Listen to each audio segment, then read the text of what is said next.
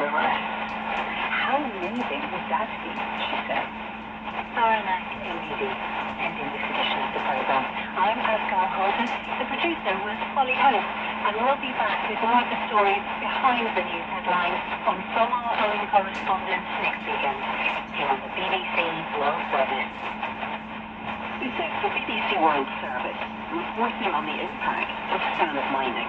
Even though it seems like the most trivial thing in the world, it is actually the most important solid substance on Earth.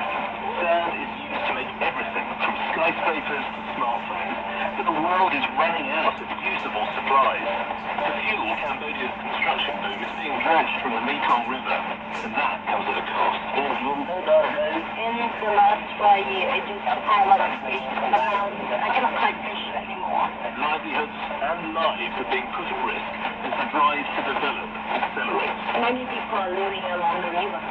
But while we are thinking, we went to the water because of river maintenance. Join me, Robin Markwell, as I assess the environmental and human impact. Running out of sand at bbcworldservice.com/documentaries or wherever you get your BBC podcasts.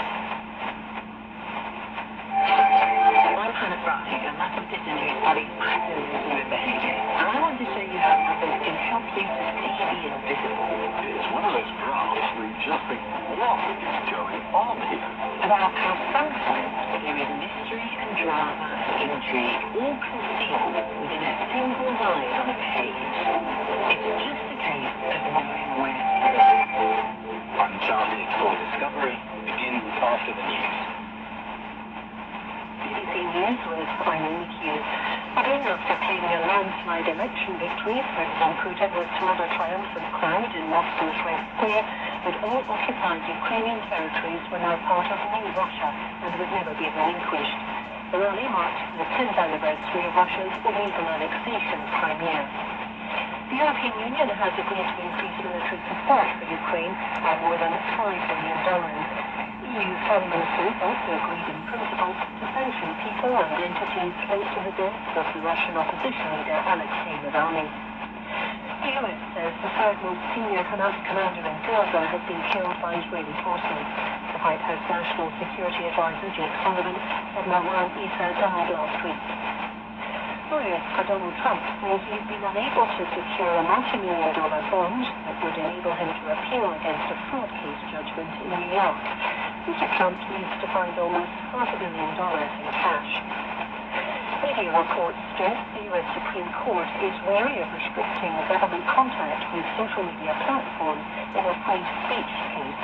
The judge is not considering whether officials should have the power to force companies to moderate extreme content or misinformation.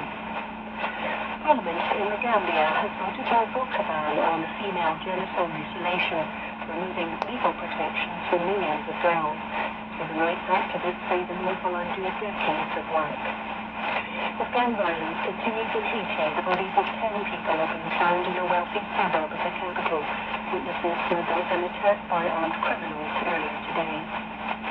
And Cuba has summoned a 12-American diplomat in Havana to complain about interference following a weekend of demonstrations against food and electricity shortages.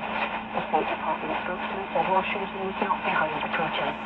BBC News.